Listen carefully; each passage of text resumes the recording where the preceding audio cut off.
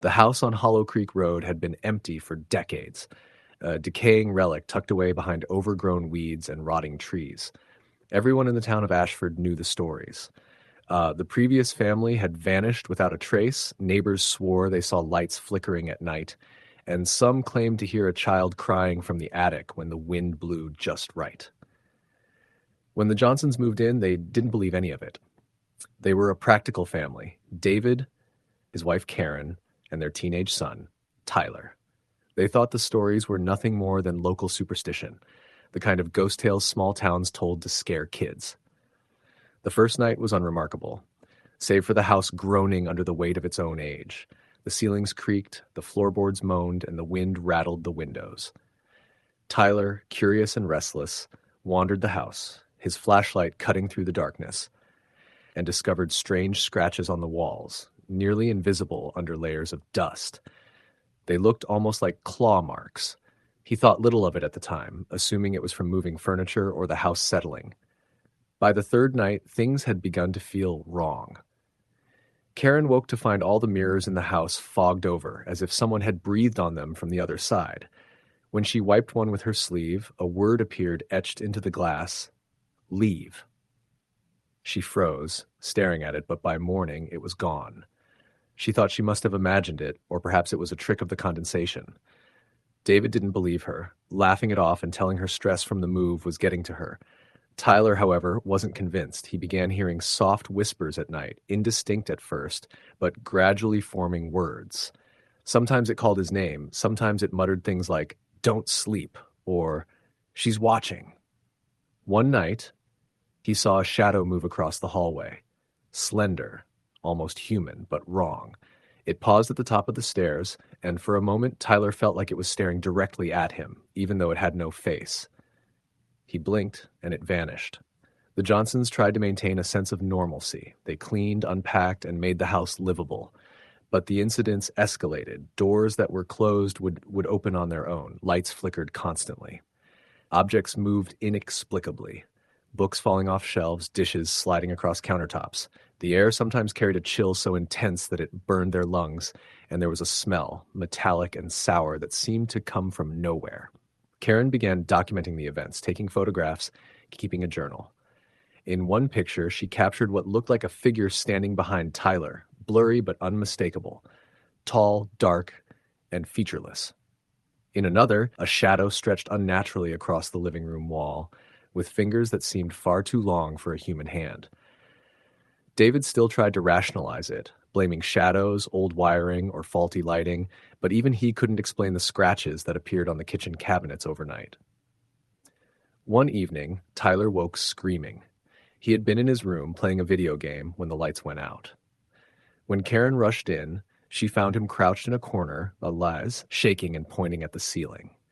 "She's there! Don't look at her!" he screamed. Following his gaze, Karen saw nothing at first. Then a shadow formed, rising from the corner of the room, twisting and stretching like smoke, coalescing into a vaguely human shape. Karen tried to grab Tyler and run, but the shadow moved faster, pressing against the walls, almost blocking their path. When they stumbled into the hallway, it dissipated. Tyler's words after that night were few, and he refused to go into his room alone. David finally agreed that something was seriously wrong. He called a local historian, Margaret Fields, who had a reputation for knowing the darker histories of the town. Margaret came the next day, walking through the house with a careful eye. She examined the scratches, the architecture, the strange alignment of certain rooms. She explained that the house had once belonged to a man named Samuel Grayson, who was obsessed with occult rituals. He had lived there in the late 1800s, and town records suggested his wife and child had disappeared mysteriously. Some accounts mentioned neighbors hearing chanting late at night, strange fires and shadows moving through windows. It was said he was trying to bind spirits to the house itself to create a permanent presence. Margaret warned them that the house was dangerous, that whatever remained from Grayson's experiments could be violent and manipulative. She recommended they leave, but David and Karen, feeling trapped by financial pressures, decided to stay, at least for a while. The nights grew worse. Tyler reported seeing a woman standing silently at the foot of his bed, her hair long and wet, her face obscured by shadows. She didn't speak, but her presence filled the room with a sense of pure dread. Sometimes she would appear in the hallway, always staring, never moving. Objects continued to shift on their own. Karen woke one morning to find all the mirrors in the house shattered, spiderwebbed cracks radiating from the center of each one. On the floor, written in something that smelled like iron, were the words, "She comes." David decided to investigate the basement, thinking perhaps the history of the house was rooted there. It was a damp, musty place filled with cobwebs and the remnants of Grayson's old life.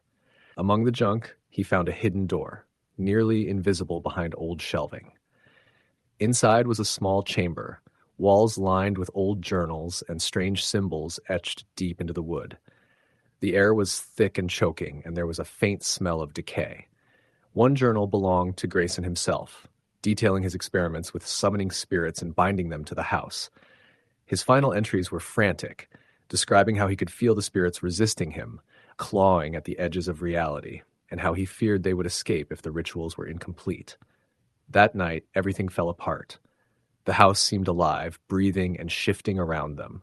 Doors slammed shut, locking them inside. Windows rattled violently, though there was no wind. Shadows stretched and moved independently, forming grotesque shapes that crept along the walls. Tyler disappeared for hours, found huddled in the attic, whispering to someone or something that Karen and David couldn't see. "She's angry," he said, his voice hollow. "She wants us out."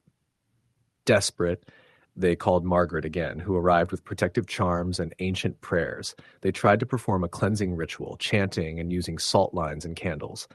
For a moment, the house seemed to resist, shaking violently, knocking over furniture and causing the lights to explode. A deep, guttural growl echoed from the walls. Shadows coalesced into a figure, towering and faceless, before dissolving into the corners of the house. When the ritual ended, the house fell silent, almost deceptively so. Despite the temporary relief, it didn't end. The shadows lingered, small and subtle at first, then more obvious. Doors would slam shut behind them. Whispers would echo in empty rooms. Tyler started talking to an invisible friend, a presence he called the Lady, who whispered secrets and threats, and sometimes told him things only the house could know.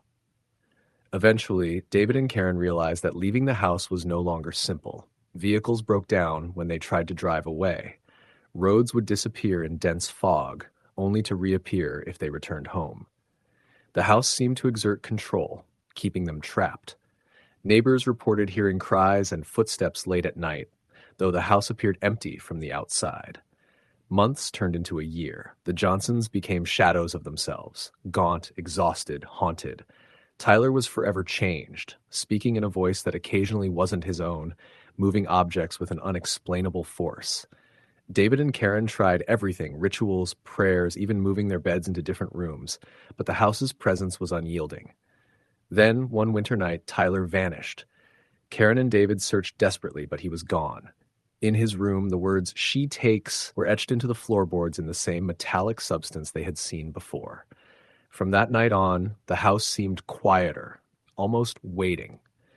The Johnsons finally abandoned it, leaving everything behind. They moved to a small apartment in the city, but the nightmares followed them. They could hear whispers through walls, shadows moved independently, and sometimes in mirrors, they caught a glimpse of a faceless woman standing silently behind them. The house on Hollow Creek Road still stands. Overgrown and decaying, it waits patiently for the next family, the next intruders foolish enough to enter. Locals swear they still see lights flickering in the windows at night, shadows moving behind curtains, and sometimes a small child's laugh drifting on the wind. Those who come close report a sense of dread, as if the house itself is alive, watching and deciding who will belong to it next. Story the end. When I first drove up to the house on Hawthorne Lane, it looked like any other old abandoned Victorian you'd find in small-town America. The paint was peeling, the lawn overgrown, and the front porch sagged as though it had been carrying the weight of decades. But something about it called to me. I was 32, recently divorced, and wanted a fresh start somewhere quiet, and the price was suspiciously low.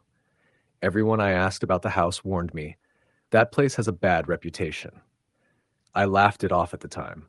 Ghost stories were just stories, right? The first few nights were normal as an empty, creaky house could be. The floors groaned under my steps, doors creaked, and the wind whistled through the cracks, but I chalked it up to age. I unpacked my things, set up a small home office in what used to be the dining room, and tried to convince myself the house was nothing more than a fixer-upper with character. But then, the subtle things started. At first, it was small. A whisper in the kitchen when I was alone, a shadow flickering just at the edge of my vision. I'd be watching TV in the living room and hear what sounded like soft footsteps in the hallway upstairs, though I lived alone and the staircase had been squeaky for as long as I could remember. I told myself it was my imagination, the stress of the divorce, maybe even the wine I'd been drinking to cope. Then one night, about 2 weeks after moving in, I woke up around 2:30 a.m. to the sound of tapping, slow, deliberate, coming from my bedroom window. My first thought was a branch or a loose shutter, but when I got up and looked outside, there was nothing. The street was deserted. I turned back to my room and froze. On the floor by the bed, faintly illuminated by the moonlight, were muddy footprints that led from the window across the room and vanished into the darkness. My heart raced, and I spent the rest of the night sitting in my car parked in the driveway. After that, things escalated quickly. Objects moved when I wasn't looking. My coffee mug would appear on the opposite side of the counter. My bed sheets would be rumpled, even though I was careful to make it perfectly before bed. One night, my kitchen knives were arranged in a circle on the table, points inward, though I had no memory of touching them. The whispers grew louder. Sometimes, I would hear my name being called from the basement. Other times, a low, guttural growl echoed through the hallways. I tried recording the sounds on my phone, but every time I played it back, the recordings were blank, as if the house didn't want to be captured. I finally decided to research the house. Built in 1901, it had a long, dark history. Previous owners often left abruptly, sometimes after unexplained deaths or disappearances. The most infamous were the Wentworths, a family in the 1940s. The father died of a mysterious illness, the mother disappeared without a trace, and the children were found wandering the neighborhood days later, incoherent and terrified. The local papers mentioned neighbors complaining of screams in the night, doors slamming, and windows shattering spontaneously. The house had been abandoned ever since, except for the occasional curious buyer who fled after a week or two. I thought about leaving, but for some reason, I couldn't. My car wouldn't start one morning. My phone lost signal even inside the house. And when I tried to leave on foot, I kept finding the same streets looping back to the house, as if the neighborhood itself refused to let me go. It was like the house had some invisible pull. One night, around midnight, I woke to a shadow standing at the foot of my bed. It wasn't human. The outline was too tall, too distorted, and it radiated a darkness that seemed to suck the warmth from the room. I couldn't move, couldn't scream. The shadow lingered for what felt like hours before slowly dissipating, leaving a cold void in its place. After that, sleep became impossible. I started sleeping in the living room, but the disturbances followed me. Footsteps paced above me in the empty bedrooms. Whispers echoed in languages I didn't understand. On multiple occasions, I would wake to find messages etched into the walls, scratched, smeared, or sometimes written in what looked like blood. They all said the same thing: stay. I called friends and asked them to come over, hoping their presence would break whatever was happening.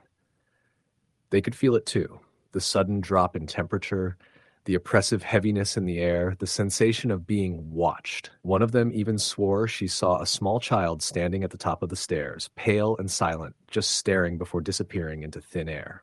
I reached out to a paranormal investigator named Elijah, known for dealing with extreme cases. He arrived with equipment: cameras, EMF detectors, and thermographic scanners. That night, he documented phenomena I can't explain. Shadows moved independently, objects flew across rooms, and every camera captured strange, semi-transparent figures walking through the halls. During the seance Elijah attempted in the basement, the air turned frigid. The floorboards vibrated and a voice screamed, "Leave." The most terrifying moment came on the third night. I was alone. Elijah had gone home after a failed attempt to perform a cleansing ritual, and I was sitting in the basement reading old newspaper clippings about the Wentworths. I heard a soft humming behind me like a lullaby. Slowly, a rocking chair in the corner began to move on its own, though nothing was sitting in it. The humming grew louder, joined by whispers calling my name. Then, a figure emerged from the shadows. A woman, her face gaunt and eyes hollow, dressed in clothing from decades past. She raised a hand and pointed directly at me. I felt a cold pressure in my chest and an overwhelming sense of dread. I screamed, and she vanished, leaving only the rocking chair swaying gently. After that night, I knew I had to leave. I packed what I could carry and drove away, leaving the house behind. But even now, years later, I can't escape it.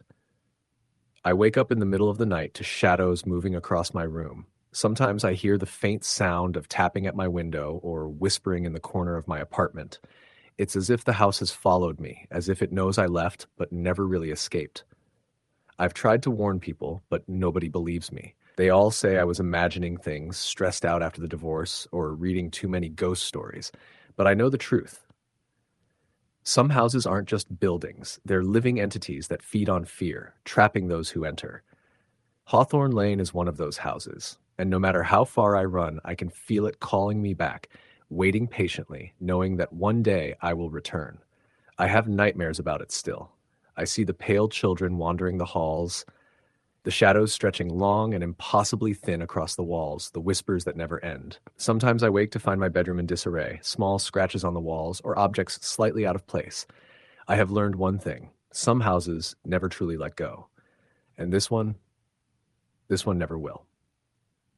Story the end. When the Miller family bought the old farmhouse in rural Pennsylvania, they were drawn by the low price and the charm of its creaking floors and wide wraparound porch.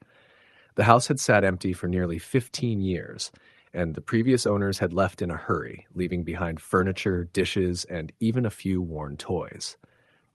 Neighbors spoke little of the place, offering vague warnings about strange noises and sightings at night, but the Millers didn't care. They were young, energetic, and moving from Philadelphia to escape the city. The idea of a little haunted history seemed quaint, almost charming. The first few nights were uneventful. The house groaned and settled in the ways old houses do. The Millers, though, began noticing odd things almost immediately. Doors that had been shut when they went to bed were open in the morning. Lights flickered without reason. Sometimes Amy Miller, the youngest at 7, would wake screaming, coppered, saying a man with dark eyes was standing at the foot of her bed. Her parents brushed it off, blaming nightmares or an overactive imagination. Then came the sounds. It started with whispers at night, soft and fleeting, just audible above the hum of the heating system. The whispers seemed to come from the walls, repeating words that the Millers couldn't understand. At first, it was one voice, distant and low, but over the next week, it grew to multiple voices, overlapping, echoing, as though the house itself was trying to speak. One night, Mr. Miller awoke to the sound of footsteps in the hallway outside his bedroom. He went to investigate, flashlight in hand. The steps stopped the moment he reached the landing. The air was thick and cold, unnaturally so, and the smell of damp earth clung to his clothes.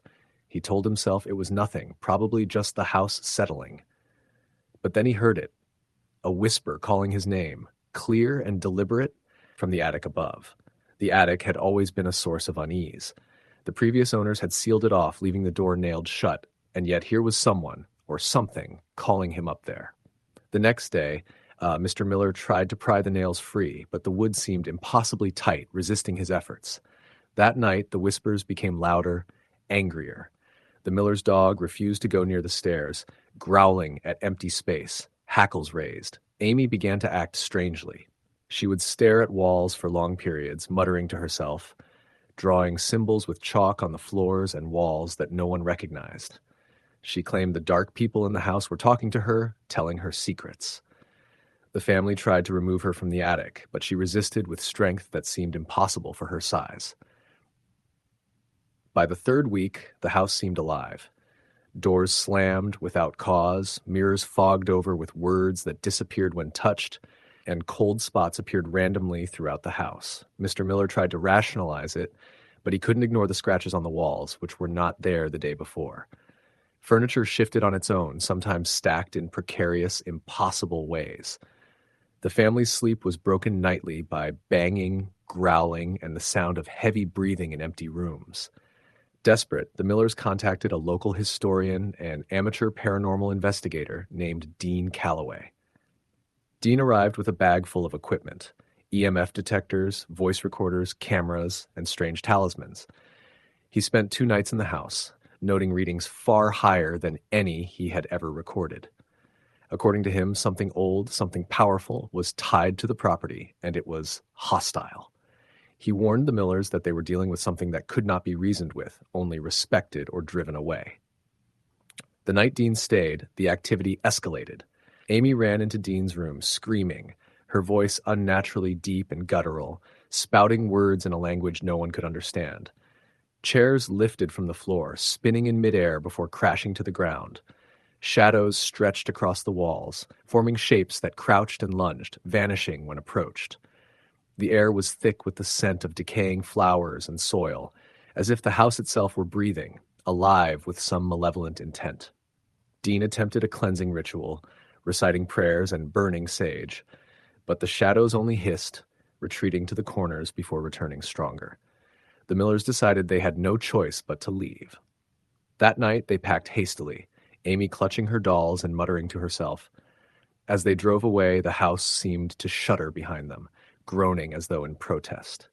When they looked back, they swore the lights in the windows flickered on and off like eyes watching them leave. Even after leaving, the house's influence followed. Amy had nightmares for months, waking screaming and scratching at the walls of their new home. Mr. Miller found that small objects would disappear and reappear in strange places. Once, he woke to see shadows moving at the edge of his vision, only to vanish when he tried to focus. Amy continued to draw the same symbols, whispering the same words from the attic, as if the house had planted them inside her mind. Years later, the house remained empty. A few curious locals attempted to investigate, but most never lasted past the first night. One young couple claimed that while sleeping, the house spoke to them directly, reciting their names and listing secrets they had never told anyone. A teenager dared to spend a night on the porch and awoke to find scratches along his arms and neck, with the faint smell of wet earth lingering in his hair. Local legend grew. Some said the house had been built on the site of an old burial ground, disturbed during construction, cursing the land. Others claimed the previous owners had performed occult rituals, attempting to summon protection for themselves, but instead inviting something dark to linger. Whatever the origin, the house had a hunger for attention, for fear, for souls who stayed too long. The Millers never returned to Pennsylvania. Amy, now a teenager, still dreams of the shadows, still hears the whispers, especially on nights with wind that sounds like voices. Sometimes, she wakes to find small objects missing or drawings in her notebook she doesn't remember making. Her parents have tried to dismiss it, but they can see it in her eyes, the same haunted look that gripped her in that farmhouse. Occasionally, travelers along the rural road where the house sits claim to see lights flickering inside or hear faint cries in the night. They say the house waits, patient and hungry, and that if it finds someone alone or vulnerable, it will reach out. Some have reported hearing a child's voice calling for help, only to realize it isn't human, not entirely. The old Miller farmhouse stands there still, slowly decaying, shrouded in shadow. Locals avoid it, children dare each other to peek in, and sometimes when the wind is just right, a whisper carries across the fields, "Stay, stay, stay." Story the end. It started the day we moved into the old Mitchell house on the edge of Springfield, Ohio. I was 17, my brother Alex was 15, and our parents had bought the house on a whim. It was cheap, isolated, and the kind of property that looked like it had been frozen in time since the 1950s. The realtor warned us it had been vacant for nearly 30 years, but my parents were enamored with the character, the creaky floors, the ornate woodwork, the sprawling yard overgrown with weeds and wildflowers. From the first night the house made its presence known, I stayed up late unpacking, and every floorboard under my feet groaned like the house itself was alive, stretching and sighing after decades of abandonment. Around midnight I heard it, a soft whispering, coming from the hallway outside my room. I paused, straining to hear. The words were indecipherable, but they were urgent, insistent. I convinced myself it was the wind, the house settling, anything but something supernatural. By the second week, things escalated. Alex told me he had been hearing footsteps in the attic, even though we had locked the door. He said he saw shadows moving across the walls at night, shadows that didn't belong to anything in the house. I didn't want to believe him, but one evening, as I walked past the attic door, I swear I saw a figure standing in the darkened doorway. It vanished the moment I blinked. The kitchen became a focal point of the disturbances. One morning, I found all the utensils in the drawers mixed up, drawers that we had locked the night before. The refrigerator door was wide open, even though we had checked it before going to bed. At first, my parents laughed it off as forgetfulness or the work of mischievous raccoons, but we didn't have a screen door and nothing else had been disturbed outside. It was Alex who first experienced what I can only describe as malevolent. He started sleepwalking. At first, it was harmless. He would wander the halls, sometimes ending up in the living room, staring at the walls. But then he began muttering things in a low, urgent tone, warnings we couldn't understand. One night, I woke to find him standing in front of the fireplace, eyes wide, whispering, "They're coming. Don't let them in." The attic became impossible to ignore. It had a strange, oppressive air, and the temperature dropped significantly whenever we went near it. One afternoon, I decided to investigate. The stairs groaned under my weight, dust rising in clouds with every step. The air smelled damp, metallic, like old blood and rust. The room was empty except for a single rocking chair in the corner, slowly moving back and forth, though no one was in it. I froze, unable to explain it. Then the whispering began again, louder this time, forming words. "Get out!" "Leave, they won't let you stay." By the fourth week, the entire house seemed alive. The shadows shifted on their own, stretching and curling across walls in impossible angles. Objects moved when we weren't looking, books sliding off shelves, chairs rearranged, doors opening and closing on their own. My parents began to argue about leaving, but stubbornly they wanted to stay, insisting the house was simply old and quirky. I wasn't convinced. One night, everything came to a head. A storm had rolled in, rain pounding against the windows like drums. I was in my room, reading, when I heard a loud crash from downstairs. I ran to find Alex standing in the middle of the living room, drenched from the rain that wasn't coming inside, staring at the fireplace. Flames had ignited, though the fireplace was cold and unused. The shadows around him seemed to twist and writhe, forming shapes that looked almost human. I screamed, grabbing him, but he resisted, eyes fixed on the shadows. "They won't let us leave," he said, voice trembling but firm. "They've always been here. They won't forgive us." The next few days were a blur. The house's malevolence intensified. My parents began seeing things too, figures standing in the corners of rooms, faces in the mirrors that weren't our own. One night, I woke to the sound of someone whispering my name in the darkness. I got out of bed to find the hallway empty, but the walls seemed to pulse, almost breathing. We tried calling for help. A local historian named Mrs. Hargrove came to the house and told us what little she knew. The Mitchell house had been owned by a reclusive family, the Harpers, who were rumored to practice occult rituals. People in town whispered about strange lights in the windows and cries in the night. The Harpers vanished decades ago, and some believed their spirits, or something darker, remained, bound to the house. Hargrove advised leaving immediately, warning that the spirits were dangerous, unpredictable, and possibly malevolent. By the 7th week, leaving became urgent, but the house didn't want us gone. Doors slammed shut as we tried to pack, windows rattled violently, and shadows thickened, forming shapes that blocked our path. One night, I woke to find Alex missing. I searched the house, calling his name until I heard him whispering from the attic, "They won't let me leave." I ran upstairs and found him standing in the corner, back to me, rocking slowly. The air was icy, and a sense of dread pressed against my chest so hard I could barely breathe.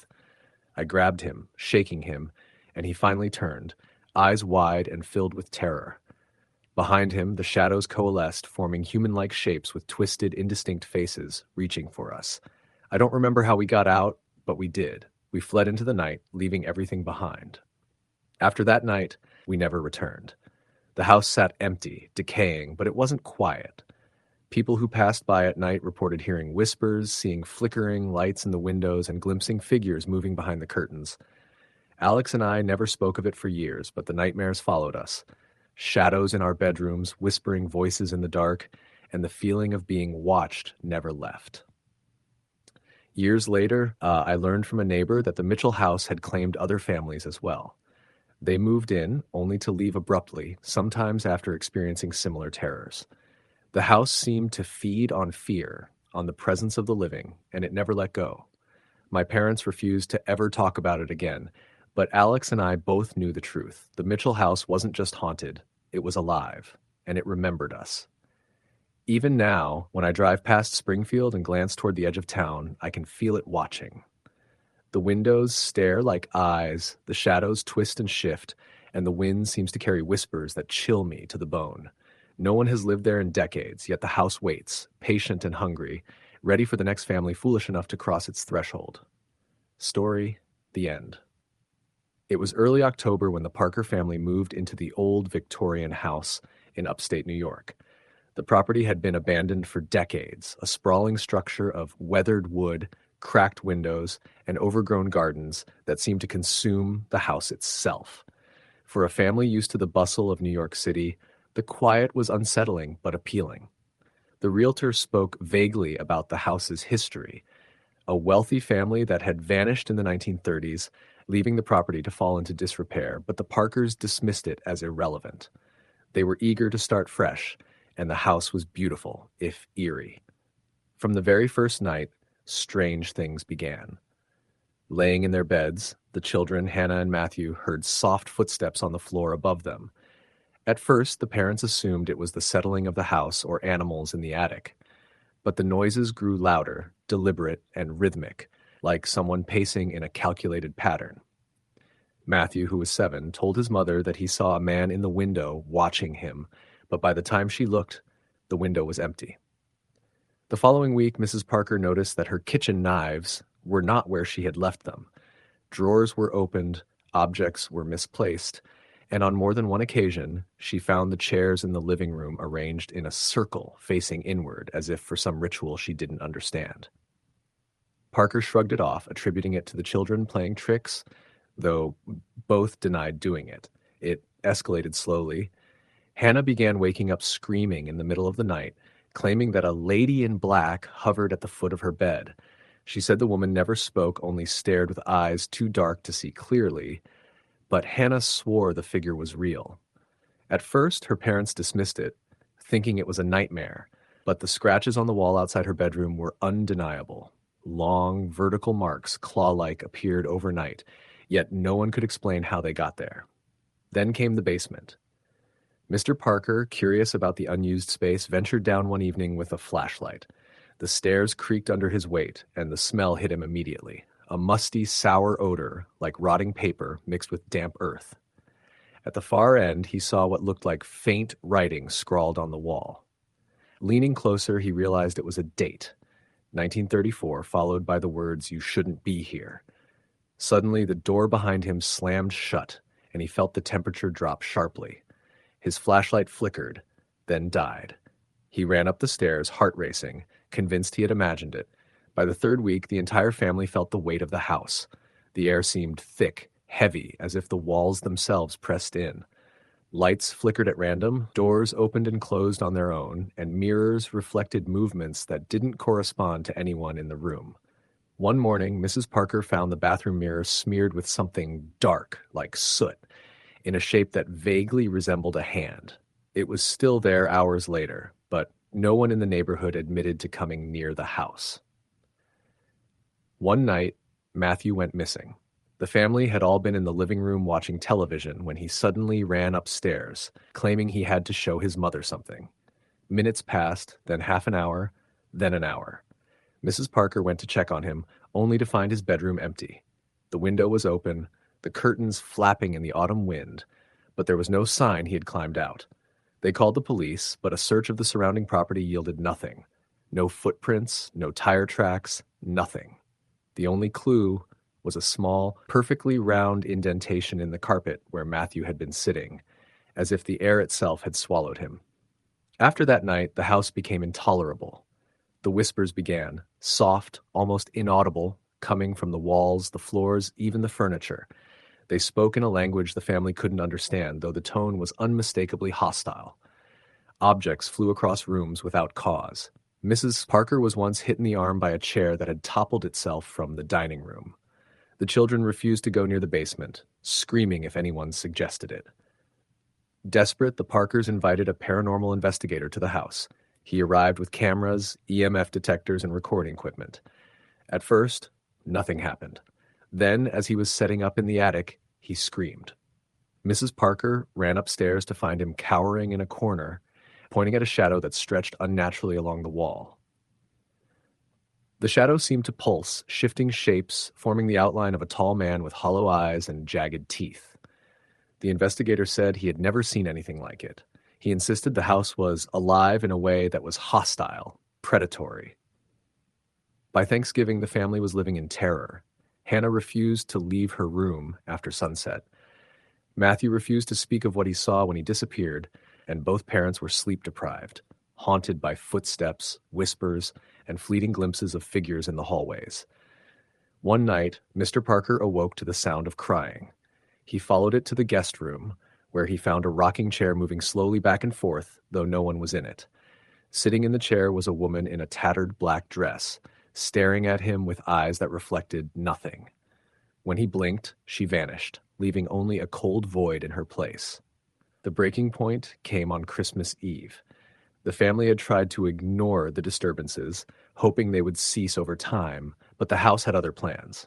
The fire in the living room fireplace suddenly exploded with unnatural intensity, sending sparks across the room. The Christmas tree lights began flashing violently. Objects flew off tables, smashing against walls. And then came the voices. Thousands of them, screaming, whispering, crying all at once. The walls seemed to breathe, expanding and contracting. The floorboards twisted and groaned as if the house itself were alive and in pain. The family fled into the woods behind the house, dragging what they could carry. Behind them, they heard doors slamming, footsteps chasing them, and then a final guttural laugh that followed them into the night.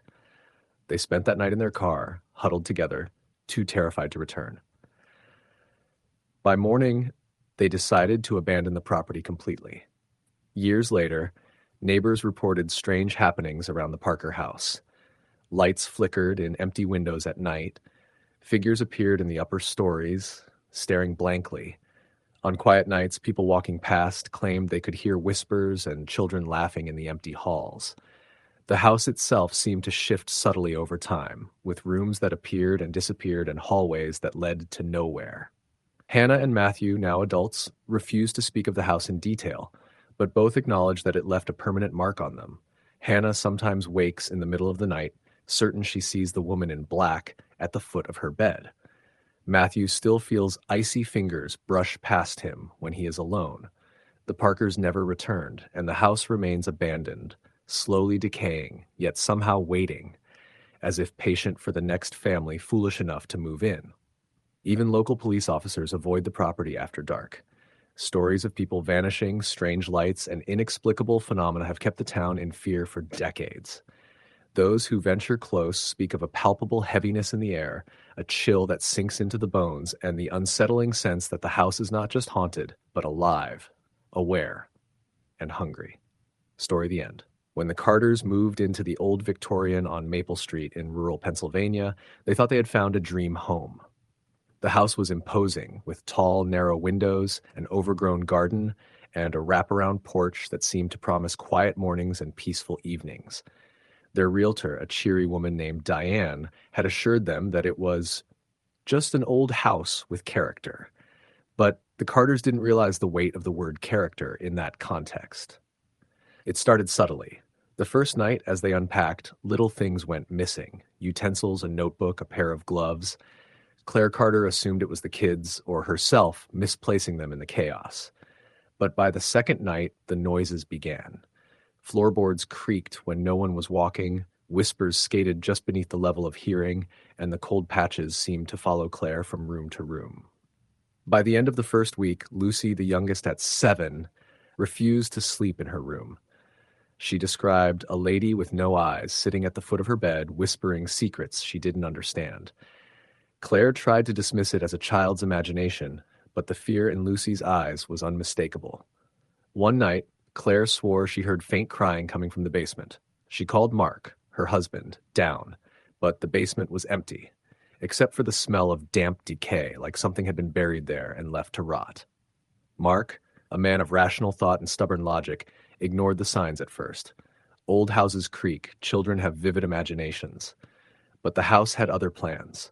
Doors would slam behind them, lights flickered when no storm was present, and the old grandfather clock in the hallway would strike at odd hours, sometimes in the middle of the day. It was a Tuesday evening when things escalated. Claire had been folding laundry when she heard a voice behind her whisper, "Why are you here?" She spun around. The laundry room was empty. The air was icy, her breath visible in the dim lamplight. Panic gripped her chest. That night, she refused to sleep alone, insisting Mark take the master bedroom. Lucy's behavior grew more erratic. She spoke constantly about the lady in the walls, saying the woman was lonely and wanted someone to play with. One night, Lucy disappeared. Claire and Mark searched the house frantically, calling her name.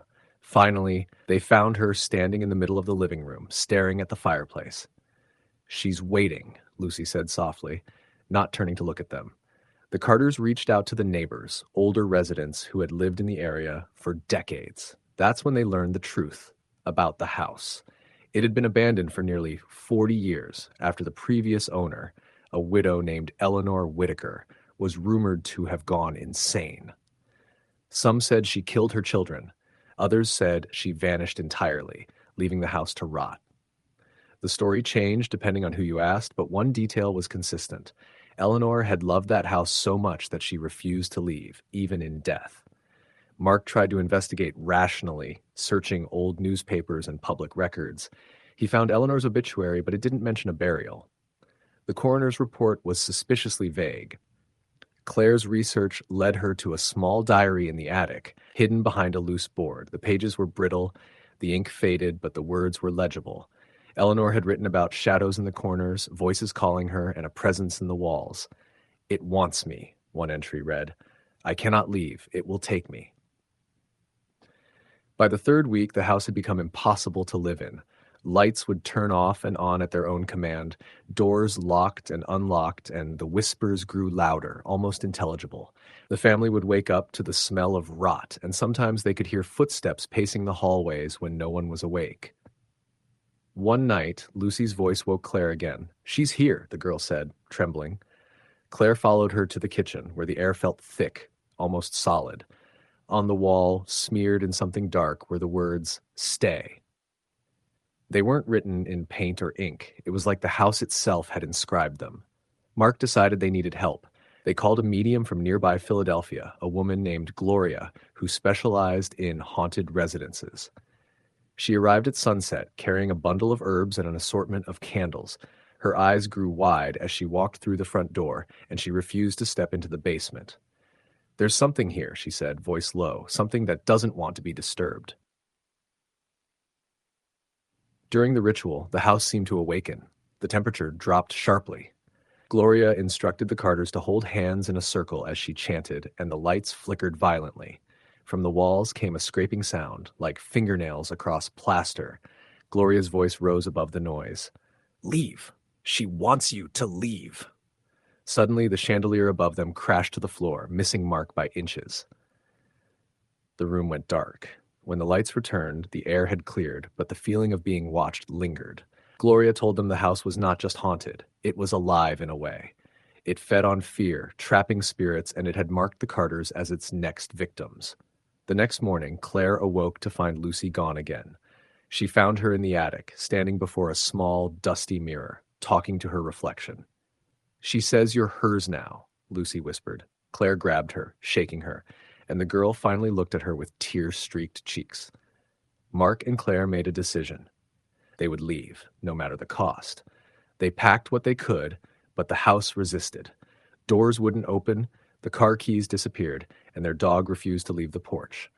That night, they heard it, the unmistakable sound of a woman screaming from the walls, a sound that seemed to pierce the very bones of the house. They didn't sleep. At dawn, they finally managed to pry open the front door. As they crossed the threshold, a chilling wind slammed it behind them. When they looked back, the house appeared unchanged, serene even, as if nothing had happened. But as they drove away, Claire caught sight of a figure in the upper window, a woman in black, standing silently, watching, waiting. The Carters never returned. They rented a small apartment in town, but the memories haunted them. Lucy refused to speak of the lady in the walls again, and sometimes at night Claire thought she could hear faint whispering through the thin apartment walls. Mark, once rational, began having nightmares of clawing hands emerging from floorboards and ceilings. The house remained empty for years, but locals reported strange occurrences. Kids dared each other to knock on the front door, only to hear whispers telling them to stay away. Travelers claimed to see figures staring from the windows at night. The occasional brave couple would move in, never to last more than a few weeks. And sometimes, on stormy nights, the sound of a child crying could be heard from the garden, mingling with the faintest hint of a woman's laughter. Some say the house feeds on fear. Others say it traps souls, keeping them forever inside the walls. The truth, as the Carters learned, is worse. It waits. It waits for the next family to move in, for the next unwitting residents to underestimate its hunger. And when it finds them, it does not let go. The Carters still warn anyone who will listen. Don't go to Maple Street. Don't move in. Once it has you, there's no leaving. But warnings are easy to ignore when faced with an empty house and a dream of a new beginning. And in Pennsylvania, where fog rolls in thick over the fields and the trees seem to whisper at night, the house on Maple Street stands, waiting, watching, patient, its hunger eternal. Story the end. The house sat at the end of Briarwood Lane, where the pavement cracked and the streetlights stopped working years ago. I didn't notice it at first when we went to look at it because I was too focused on the price. In 2014, my wife, Claire, and I were desperate. I had lost my job at the manufacturing plant. Our apartment rent had gone up again, and Claire was pregnant with our first child. When the realtor said the house was priced almost 40% below market value, I remember squeezing Claire's hand and smiling like we'd won something. The realtor was an older woman named Denise.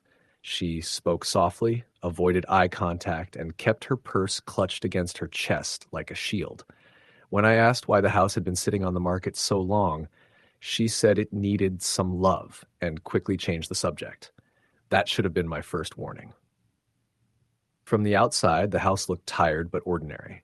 2 stories, gray siding, a sagging porch, and windows that reflected the sky like dark, unblinking eyes. The yard was overgrown but not abandoned. Someone had been cutting the grass. Inside, the air smelled stale like wet cardboard and old dust. The floors creaked under our feet, but that didn't bother me. Old houses make noise, I told myself. The basement door was locked. That's unusual, I said. Denise hesitated. The previous owners kept it that way. Liability reasons. I laughed. What kind of liability? She smiled tightly. Old stairs. Claire didn't like the house. She said it felt heavy, like the air was pressing on her chest. I told her it was nerves, pregnancy hormones, stress. We argued about it for 2 days, but the numbers won. We bought the house. The first night we slept there, I woke up at 3:17 a.m. to the sound of footsteps above our bedroom. Slow, deliberate steps crossing the hallway, stopping outside the door. I held my breath, listening. Claire was asleep beside me, her breathing steady. I waited for the door to open. It never did. After a few minutes, the footsteps continued toward the stairs and faded away. The next morning, I told myself it was the house settling. It happened again the next night. Same time, same pattern. When I checked the hallway, it was empty. I searched the house, room by room, and found nothing. No open windows, no signs of an intruder. The basement door was still locked. After a week, Claire started hearing it too. They walk like they're counting their steps, she said one morning, her voice thin, back and forth, like pacing. I tried to be rational. Old houses carry sound. Pipes knock. Wood expands. But deep down, something about the footsteps felt wrong. They had weight. Intention. Then the smells started. One afternoon, while Claire was at work, I was unpacking boxes in the dining room when a sharp, rotten odor filled the air. It reminded me of spoiled meat left out in the sun. I gagged and covered my nose, searching for the source. The smell seemed strongest near the floor vents. I checked the crawl space, the kitchen trash, even the backyard. Nothing. The smell vanished as suddenly as it came. Claire noticed it that night too. She threw up in the bathroom sink and cried, saying it reminded her of the morgue where she worked during her nursing rotation years earlier. Things escalated after we moved our furniture into the upstairs guest room, which we planned to turn into a nursery. Claire was painting the walls a soft yellow when she froze mid-stroke. "Did you do that?" she asked. I looked up from the box I was opening. "Do what?" She pointed at the wall behind her. There were faint lines beneath the fresh paint, like something was pushing through from underneath. As we watched, the lines darkened, forming shapes. Words. "I love you, Mommy." Claire dropped the paintbrush and backed away, her face drained of color. I touched the wall. It was dry, solid, no moisture, no cracks. When I blinked, the words were gone, hidden beneath the yellow paint. We argued that night. I said she was imagining things. She accused me of lying to myself.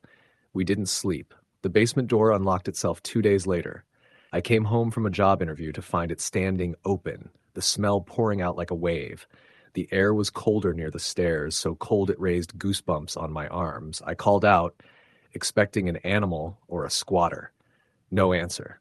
The stairs were narrow and steep, descending into darkness. The light switch at the top didn't work. I grabbed a flashlight from the kitchen drawer and started down. The basement was unfinished. Dirt floor. Stone walls. Old shelves lined with jars full of rusted nails and cloudy liquids. The smell was unbearable down there. It felt like breathing through rotting fabric. In the far corner, I found a door.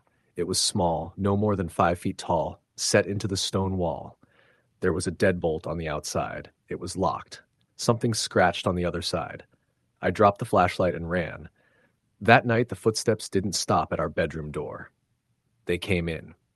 I woke up to the mattress dipping beside me. The air was freezing. I couldn't move. Sleep paralysis, I thought, panic rising in my throat. Then I heard breathing that wasn't mine or Claire's. Wet, labored breaths, inches from my face. "Daddy," a voice whispered. I screamed. Claire woke up screaming too. The room was empty. The next morning we found footprints in the dust on the nursery floor. Small, barefoot prints leading from the wall to the doorway, then vanishing. We called a priest. He came, blessed the house, sprinkled holy water, and left pale and shaken. He told us he couldn't help us. He said the house didn't feel possessed. It felt occupied. Claire started seeing a little boy in her dreams. He was thin, with bruises on his arms and a swollen eye. He stood at the foot of her hospital bed and cried. She woke up every night soaked in sweat, clutching her stomach, begging me not to leave her alone. One afternoon, while Claire was at work, I finally did what I should have done weeks earlier. I went to the county records office. The house had a history. In 1989, a woman named Margaret Holloway lived there with her 3 children. Neighbors reported screaming, but no one called the police. Margaret was found dead in the basement, hanging from a beam. Her children were never found. The case was closed. Runaways, they said. But there were rumors. Whispers about the basement, about a locked room, about a mother who believed her children were possessed and needed to be kept safe. I drove home in silence. That night, Claire went into labor 2 months early. The power went out as we rushed to the car. The house plunged into darkness. The footsteps thundered above us, running now, frantic. The basement door slammed shut on its own, rattling the walls. Claire screamed as her water broke on the living room floor. The smell filled the house. I called 911, but the line was dead. The temperature dropped so fast I could see my breath. From the hallway, something emerged. A woman, her neck twisted at an impossible angle, her feet dangling inches above the floor. Her eyes were empty sockets, her mouth stretched wide in a silent scream. Behind her came 3 children. One of them looked at Claire's belly and smiled. "No," I whispered. "Please." The lights flickered back on. The house was empty. Claire was unconscious. Blood pooled beneath her. The ambulance arrived minutes later. Our son survived. Barely. We moved out of the house 3 days later, leaving everything behind. Furniture, clothes, memories. The house went back on the market within a month. I thought it was over. Last week, my son turned 10. He woke me up at 3:17 a.m., standing beside my bed. "Daddy," he said, "why does the lady from the old house stand outside my window every night?" I haven't slept since. Story the end. I never believed in haunted houses before I lived in one. I grew up in Ohio, in a normal subdivision with vinyl siding and barking dogs. The kind of place where nothing worse than a mailbox getting knocked over ever happened. When my wife Claire and I decided to move to Pennsylvania for my job, we were focused on square footage and school districts, not ghosts. That's how we ended up buying the house on Ridgeway Drive. A narrow road that curved through a patch of old woods just outside a small town called Mill Creek. The house had been built in the early 1950s. Brick, 2 stories, a finished basement, and a detached garage that leaned slightly to one side like an old man with a bad hip. It had been on the market for almost a year, which should have warned us, but the price was too good to ignore. The realtor told us the previous owner had died there peacefully in his sleep. That didn't bother me. People die in houses all the time. The first night we slept there, I woke up at 2:17 a.m. to the sound of footsteps overhead. I lay still, listening. The steps were slow and deliberate, crossing the ceiling above our bedroom from one end to the other. I assumed Claire was walking around, maybe unpacking insomnia, until I rolled over and saw her asleep beside me, her breathing deep and steady. I called her name softly. She didn't respond. The footsteps stopped. I sat up in bed, heart pounding, and listened for another minute. Nothing. The house settled with the usual pops and creaks of an older structure. Eventually, I convinced myself it had been a dream. Moving is stressful. Your mind plays tricks on you. Over the next week, strange things kept happening. Cabinet doors we were sure we had closed would be open when we returned from work. The television in the living room turned itself on twice, always tuned to static. Claire complained about cold spots in the hallway, sudden chills that made her skin prickle even when the heat was running. The smell was what bothered me most. It came and went without warning, a sharp, sour odor like spoiled meat mixed with old metal. It never lingered long enough to track down. We checked the basement, the crawl space, the vents. Nothing. When we mentioned it to neighbors, they shrugged and said, the woods sometimes carried strange smells. The first truly terrifying incident happened on a Sunday afternoon. Claire was out grocery shopping, and I was in the basement sorting through boxes. The basement had been finished decades ago, but never updated. Wood paneling covered the walls, and a narrow room at the far end held an old workbench and shelves that bowed under the weight of forgotten jars and tools. I was crouched over a box of books when I heard a man cough behind me. It wasn't loud, just a dry, irritated throat-clearing sound. I froze. The basement door at the top of the stairs was closed. I could see it from where I was kneeling. Slowly, I stood up and turned around. The narrow room was empty. My heart hammered so hard I thought I might pass out. I called Claire's name, knowing she wasn't home, then laughed nervously at myself. Houses make noises, old pipes, shifting wood, but this had sounded too human. That night, I told Claire what I'd heard. She didn't laugh it off like I expected. She grew quiet and admitted that she'd heard things too. A woman humming in the kitchen late at night. A voice whispering her name from the hallway when she was alone in the shower. She had convinced herself it was stress. We agreed not to talk about it anymore. Saying it out loud made it feel real. A month after we moved in, Claire found something in the attic. The attic access was a pull-down ladder in the hallway ceiling. We hadn't gone up there yet. The previous owner had left a few boxes which we planned to sort through and discard. Claire volunteered while I was at work. When I came home that evening, she was sitting on the couch, pale and shaking, a dusty cardboard box at her feet. Inside were photographs, black and white at first, then faded color. Pictures of the house when it was new. A man standing proudly on the front steps, a woman beside him, her smile tight and eyes hollow. As the photos progressed, the woman's expression grew more strained. Bruises appeared on her arms in later images, half hidden by long sleeves.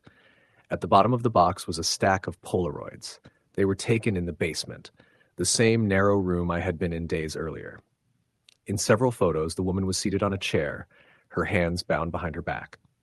In the final image, she was lying on the concrete floor, her eyes open and unfocused, a dark stain spreading beneath her head. On the back of that photo, written in shaky ink, were the words, "He said no one would hear." Claire called the police. They took the box and asked us a lot of questions. A week later, a detective returned to tell us that the previous owner had been investigated decades earlier for his wife's disappearance. Her body was never found. He had died of a heart attack in the house 10 years ago. The case was cold. We tried to move after that. We contacted a realtor, but once the story surfaced, interest vanished. We were stuck. The activity escalated. At night, the footsteps returned, heavier now, pacing the upstairs hallway. Doors slammed, lights flickered violently, plunging rooms into darkness. The temperature dropped so low in the basement that our breath fogged, even in summer. Claire began waking with bruises on her arms and legs, yellow and purple fingerprints that she couldn't explain. One night, I woke to her screaming. I found her standing in the hallway, staring at the attic ladder, which was slowly lowering on its own. From above came the sound of dragging, like something heavy being pulled across wood. A woman's sobbing echoed down through the opening, broken and desperate. I grabbed the ladder and shoved it back up, slamming the hatch shut. The sobbing stopped abruptly. We slept in a hotel that night. Desperate, we contacted a local historian who specialized in old properties. He told us the house had a reputation. Neighbors whispered about arguments heard through the walls in the 1970s, about police cars parked outside late at night. One family had moved out after only 3 months, claiming their young son spoke to the sad lady in the basement. The historian suggested a priest. I wasn't religious, but fear makes you open-minded. The priest arrived on a Wednesday afternoon, carrying holy water and a Bible. He walked through the house praying quietly, sprinkling water in each room. When he reached the basement, he stopped. The air grew thick and foul, the rotting metal smell overwhelming. The priest began to sweat, his hands trembling. He whispered a prayer louder, his voice echoing strangely, as if the room were deeper than it looked. Then something answered him. A man's voice, low and furious, erupted from the walls, shouting that this was his house, that no one would take it from him. The lights shattered overhead, plunging the basement into darkness. Claire screamed upstairs. The priest fled. He didn't finish the blessing. He refused to return our calls. That night, the house showed us what it wanted. I woke to the sound of Claire crying softly. I reached for her, but my hand met cold air. She was standing at the foot of the bed, her back to me, staring at the bedroom door. The door slowly opened on its own, revealing the dark hallway beyond. From the hallway came the sound of a man breathing heavily. I shouted Claire's name, and she turned to me. Her eyes were black, filled with something that wasn't her. She spoke in a voice layered with another, deeper one, telling me that she finally understood, that she should have listened, that no one would hear her scream. The lights went out. I don't remember everything that happened after that. I remember being thrown against the wall, the sensation of hands around my throat, squeezing. I remember the smell, stronger than ever, and the sound of sobbing mixed with laughter. I woke up in the hospital. Claire was gone. The police said I had been found unconscious in the house, alone. There were no signs of forced entry, no evidence of anyone else being there. They treated me like a suspect, then like a grieving husband. The house was eventually condemned after structural issues were discovered in the basement. It was demolished 6 months later. They never found Claire's body. Sometimes, late at night, I wake up to the sound of footsteps in my apartment above me, even though I live on the top floor. Sometimes I smell that same rotten metal odor. And sometimes, just before I fall asleep, I hear Claire whisper my name, followed by a man's voice reminding her gently that no one will hear.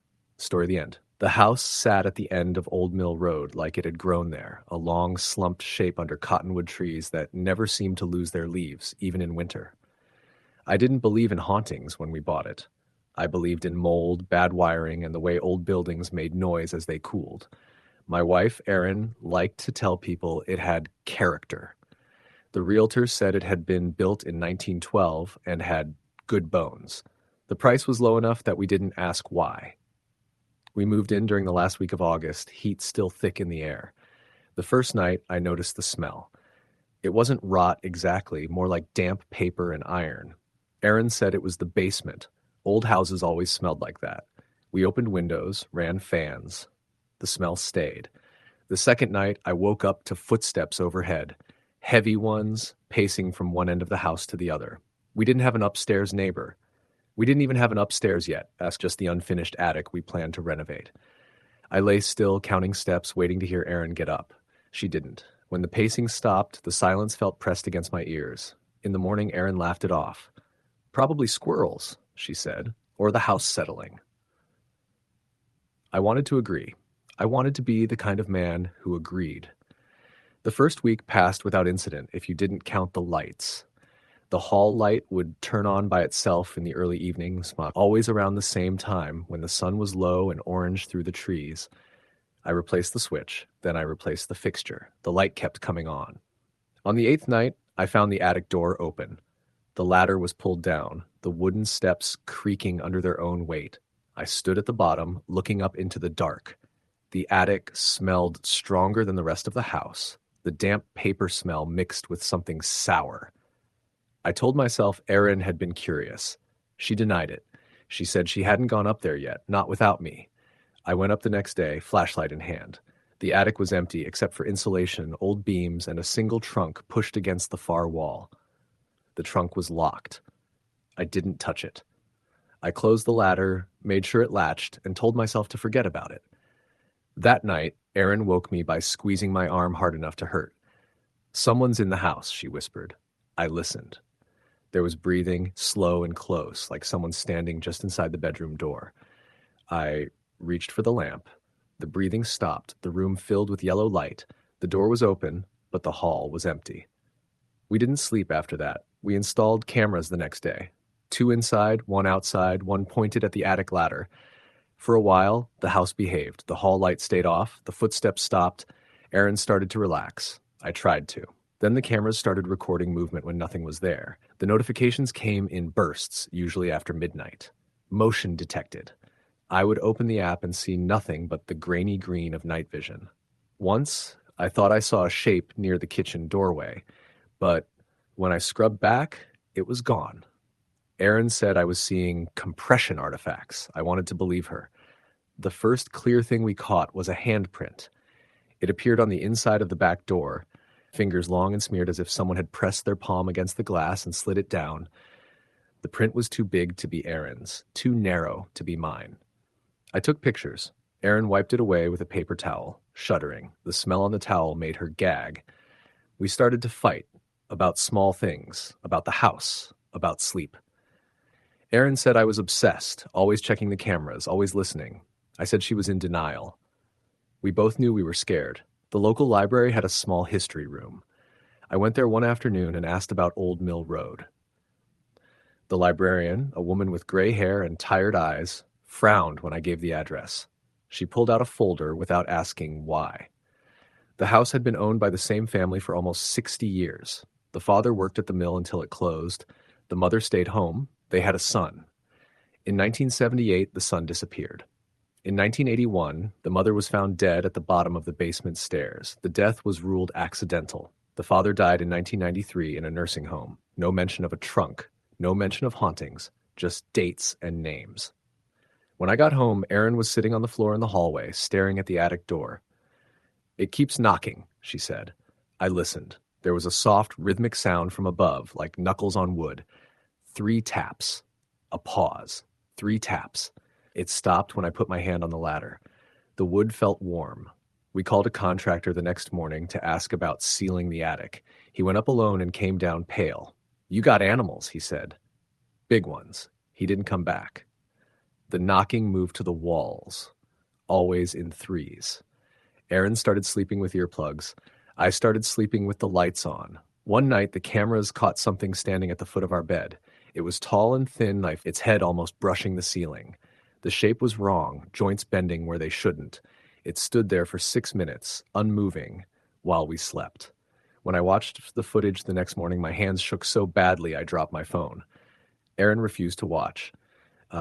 She said it was a glitch. She said we needed to leave. We packed bags. As I carried mine to the car, I heard the attic ladder slam open. The knocking turned into pounding, frantic and loud. Erin screamed.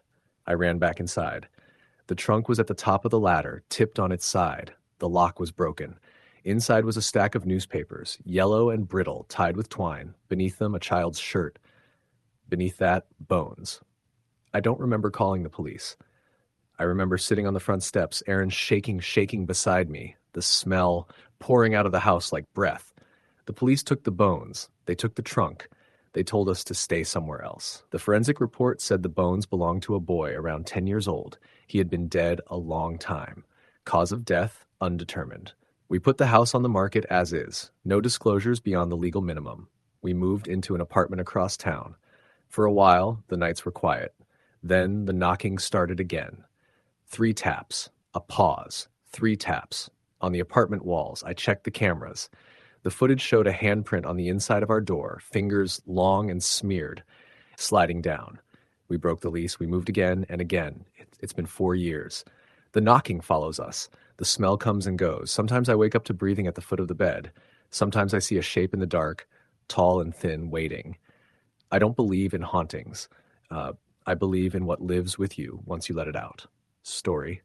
The end. The house was already old when my grandparents bought it in 1978, a narrow 2-story clapboard on the edge of a dying mill town in western Pennsylvania. It sat back from the road, half hidden by hemlocks that leaned inward like they were listening.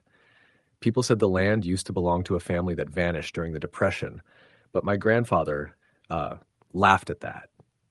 He worked steel. He believed in things you could hold in your hands. I grew up there. Summers smelled like hot dust and cut grass, winters like oil heat and wet wool. The house creaked the way old houses do. Pipes knocked. The attic groaned when the wind rose. None of that bothered anyone. What bothered us were the things that didn't fit. The first thing I remember is the sound of footsteps above my bedroom ceiling when no one was upstairs.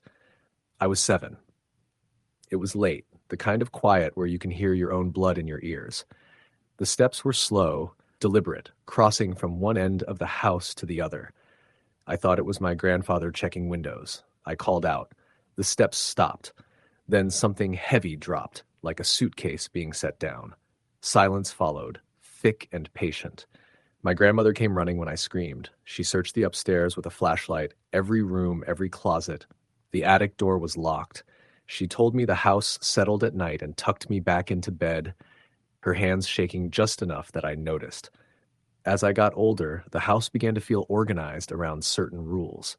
The back staircase, narrow and steep, was colder than the rest of the house, even in August. The temperature dropped halfway up as if you crossed an invisible threshold. The mirror in the upstairs hall never held your reflection quite right. You could stand square in front of it and see your shoulder lag behind, like the glass was remembering you instead of reflecting you. Then there was the smell. Damp wool and pennies. It came and went without warning, strongest near the spare bedroom at the end of the hall. That room stayed locked. My grandmother said it was storage. When I asked what was stored, she told me not to ask again. Things escalated the winter I turned 14. My grandfather had a stroke and came home changed. He slept in his recliner, snored like a chainsaw, and woke up angry. He started accusing my grandmother of moving his tools. He said someone stood at the foot of the stairs at night and watched him sleep. He described the watcher as tall and thin, wearing a coat too heavy for indoors. When I asked how he could see it in the dark, he said it wasn't dark where the man stood. One night I heard my grandfather shouting. I ran downstairs and found him pointing at the hallway, face red, veins standing out like rope. "Butter, tell him to get out," he yelled at my grandmother. "He's back again." There was no one there. My grandmother said nothing, just guided him back to his chair. When she passed me, her eyes were wet but furious, like she was angry at the house itself. After my grandfather died, the house exhaled. That's the only way I can describe it. The air felt lighter, warmer. For a while, things were quiet. My grandmother slept in her bed again. The smell faded. I started thinking we'd all imagined it. Then my grandmother fell. She broke her hip slipping on the back stairs, swore she felt someone shove her. The doctors said she needed rehab. The house didn't like being alone. That was when things began happening to me directly, without disguise. I would wake to the sound of breathing beside my bed, slow and steady, the weight of it pressing the mattress down. When I reached out, my hand passed through cold air that hummed faintly, like power lines. I'd lie frozen until morning, convincing myself it was sleep paralysis even as the indentation beside me remained. Doors opened on their own. Once I watched the spare bedroom door unlock itself, the bolts sliding back with a dry metallic click. I didn't go inside. I never did. Something about that room radiated a pressure that made my teeth ache. The worst was the knocking. 3 slow knocks, always on the inside of walls. Not the door. The walls. You could follow it room to room like something pacing, testing. When I knocked back once as a stupid act of teenage bravado, the knocking stopped forever in that spot. It started somewhere else instead, closer. My grandmother came home thinner, quieter. She began burning candles in every room. She taped over mirrors. One night, while we ate dinner in silence, she said, "If it shows you something, don't answer. If it asks you something, don't lie." "What?" I asked. She put her fork down carefully. The house remembers people. Sometimes it wants help remembering the rest. I moved out for college the following fall. I told myself distance would make it fade into something like a bad dream. For a while, it worked. I barely thought about the house, except when my grandmother called and asked when I'd visit. I always had an excuse. Then she stopped calling. The police did a welfare check after neighbors complained about lights flicking on and off all night. They found my grandmother at the bottom of the back stairs, neck broken. The coroner called it another fall. The house felt colder than I remembered when I came back to clear it out. The smell of pennies was everywhere. I stayed because I had nowhere else to go. The first night back, I slept on the couch with every light on. Around 2 a.m., the lights dimmed together, not out, just lower, like the house was squinting. The TV flickered to static. In the reflection of the screen, I saw someone standing behind me. I didn't turn around. The reflection showed a man in a long coat, collar up, face blurred like it was underwater. He lifted a hand and pointed down the hallway toward the spare room. The static hissed louder, shaping itself into a sound like my grandmother's voice calling my name. I ran. I slept in my car until morning, then told myself I had to finish this quickly. I started packing boxes, ignoring the hallway, ignoring the way the floorboards creaked in patterns that felt intentional. In the attic, I found an old trunk shoved behind insulation. It was heavy, locked with a rusted clasp. Inside were newspapers from the 1930s and a stack of photographs. The photos showed the house under construction, then finished, then occupied by a family that never smiled. In one picture, a man stood apart from the others, wearing the same long coat I'd seen in the reflection. His eyes were scratched out. The newspapers told the rest. The man's name was Walter Price. He'd been a boarder taken in by the family during hard times. He never left. The articles were vague, full of euphemisms. A fire. A disappearance. Remains found in the walls years later during renovations that never finished. I felt the house watching me as I read. I understood then what my grandmother meant. The house remembered people. It remembered Walter and the family and everyone who'd stayed too long. It wanted someone to listen.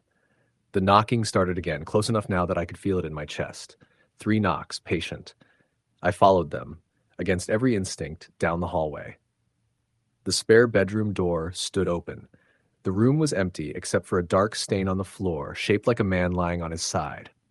The air hummed. The smell was overwhelming.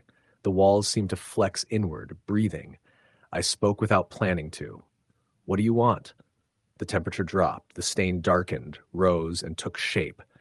The man stood where the stain had been, coat hanging off him like it weighed 100 pounds. His face was clear up close. He looked ordinary. That was the most horrifying part.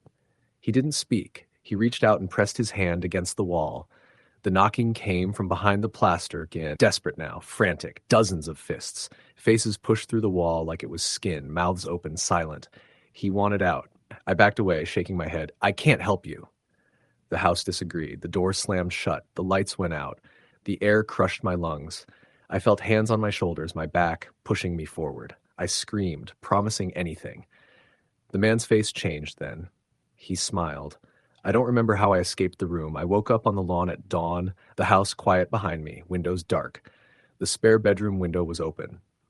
I sold the house as is to a developer who planned to tear it down. The night before demolition, the equipment caught fire. No one was hurt. The house still stands. Sometimes in my apartment hundreds of miles away, I smell pennies. Sometimes I hear 3 slow knocks, not on the door, but in the walls. I never answer.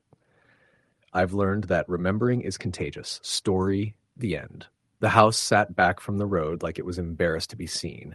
a sagging two-story with a porch that leaned to one side and a chimney that never seemed to draw right. I moved there in the summer of 2012, when the job market was thin and my divorce was fresh enough that I needed distance from everything that had been mine. The rental listing said quiet, rural, affordable, which was true in the way a headstone is truthful. The landlord, a man named Everett Knox, met me with a ring of keys and a smile that didn't reach his eyes. He told me the place had been in his family for generations and that it had character. He did not mention that his mother had died there or that his aunt had left in the middle of the night and never returned. From the first night, the house sounded like it was learning me. Floors sighed under their own weight. Pipes knocked in patterns that didn't fit plumbing. There was a smell that came and went, cold dust and something metallic, like old pennies left in water. I told myself it was the age of the place. I was tired. I wanted to believe that a house was just a house. I slept upstairs in the back bedroom because it had the only window that caught a breeze. The first time it happened, it was subtle enough to ignore. I woke around 3 a.m. with the feeling that someone had just left the room. Not the fear of being watched, but the sense of absence, like when a conversation stops mid-sentence. The air was cooler by the door, and the door itself was open a few inches, though I was sure I'd closed it. I lay there and listened to my own breathing until it evened out again.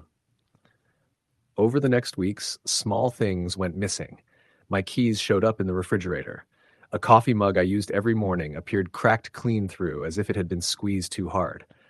Once, I came home to find the radio on in the living room, tuned to a station that played hymns at odd hours. I don't listen to hymns. I shut it off and told myself I must have brushed the dial while leaving. The house had a basement, access through a door off the kitchen. Everett had told me not to use it for storage because it flooded in heavy rain. I went down there anyway because curiosity is a bad habit I have never broken.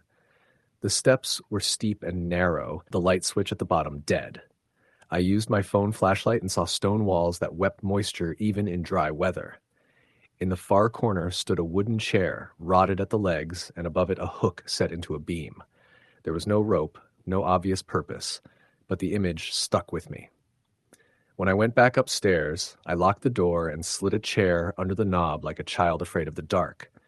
The dream started after that. I dreamed of standing in the hallway outside my bedroom, looking down the stairs at a figure sitting on the bottom step. I couldn't see its face, only the pale oval of a hand resting on its knee.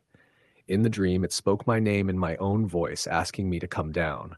I woke with my name still echoing in my ears and the smell of pennies strong enough to make my eyes water. I told a neighbor, Mrs. Caldwell, an older woman who lived across the field. She had watched me move in from her porch, her hands folded like she was at a funeral. When I mentioned the house, her mouth tightened. She said people didn't stay there long. She said there had been a fire once, a long time ago, and a boy had died. She said the Knox family had rebuilt, and that was when things got worse. When I asked her what she meant, she looked past me at the house and said, "It don't like to be alone." One evening in late August, a storm rolled in fast, turning the sky the color of bruised fruit. The power went out with a pop, and the house fell into a darkness so complete it felt solid. I lit candles and tried to read, but the quiet pressed in on me. From upstairs came the sound of footsteps, slow and deliberate, pacing the hallway. I called out, my voice thin. The footsteps stopped. Then the bathroom door slammed hard enough to rattle the windows. I took the candles and went upstairs, my heart pounding so loud I was sure it would give me away. The hallway was empty. The bathroom door hung open, the mirror fogged as if someone had just showered. I touched the glass. It was warm. That night, something sat on the edge of my bed. I felt the mattress dip, the weight precise and patient. I did not open my eyes. I counted my breaths and told myself that fear makes liars of us all. The weight shifted, closer, and a hand brushed my ankle. The skin was cold and dry, like paper left in a freezer. When I finally screamed, the weight lifted, and the room was empty again. I called Everett the next morning and told him I was moving out. He sighed like a man who had heard this before and said he'd send someone to collect the keys. When I hung up, I found my phone cracked down the middle, the screen split but still lit. my reflection warped across it. Packing took days because the house fought me at every turn. Boxes collapsed. Tape wouldn't stick. I would carry something downstairs and find it back in its place when I returned. Once I opened the front door and the smell hit me so hard I gagged. Pennies and smoke and something sweet gone wrong. I stepped back inside and the smell vanished, leaving only the musty air of an old place. On my last night there, I slept on the couch because the bedroom felt like a trap. Around midnight, the radio clicked on by itself. The hymn was one I recognized from childhood, something my grandmother used to hum while washing dishes. The volume rose until the walls vibrated. I shouted and threw the radio across the room. It hit the wall and shattered, but the singing continued, now coming from the hallway, from the stairs, from inside my own head. I ran for the door and found it locked. Not stuck, locked.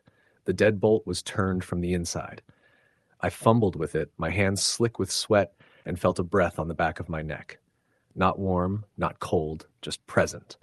A voice spoke close to my ear, my own voice again, saying, "You said you'd stay." The lights flickered on all at once, bright and harsh. The house was silent. The deadbolt slid open under my hand. I ran without looking back, barefoot across the yard and into the road until my lungs burned and my legs shook. I slept in my car that night, parked outside Mrs. Caldwell's place. In the morning, Everett arrived with a man I'd never seen before. They went into the house and came out hours later carrying boxes I didn't recognize. Everett handed me my deposit without counting it and told me to take care. As they drove away, I saw the upstairs window move, the curtain lifting like a hand in farewell. I thought it was over. I was wrong. For months afterward, I heard my name at odd times, called softly from empty rooms. I would wake to find my keys arranged neatly on the nightstand of whatever place I was staying. The smell followed me, faint but unmistakable. I moved cities. I changed jobs. I tried not to think about old houses with patient walls. Years later, I looked up the property out of morbid curiosity. The listing showed it renovated, fresh paint and new siding. The porch straightened. The price was low. There was a note at the bottom, no long-term leases. A week after that, the listing disappeared. Last winter, I got a letter with no return address. Inside was a photograph of the house as it had been when I lived there. In the upstairs window, behind the glass, was a reflection that wasn't the sky or the trees. It was me, older than I am now, standing in the hallway, looking down the stairs, waiting for someone to come home. I burned the photo and watched the ash curl into shapes that looked like hands. The smell of pennies filled the room.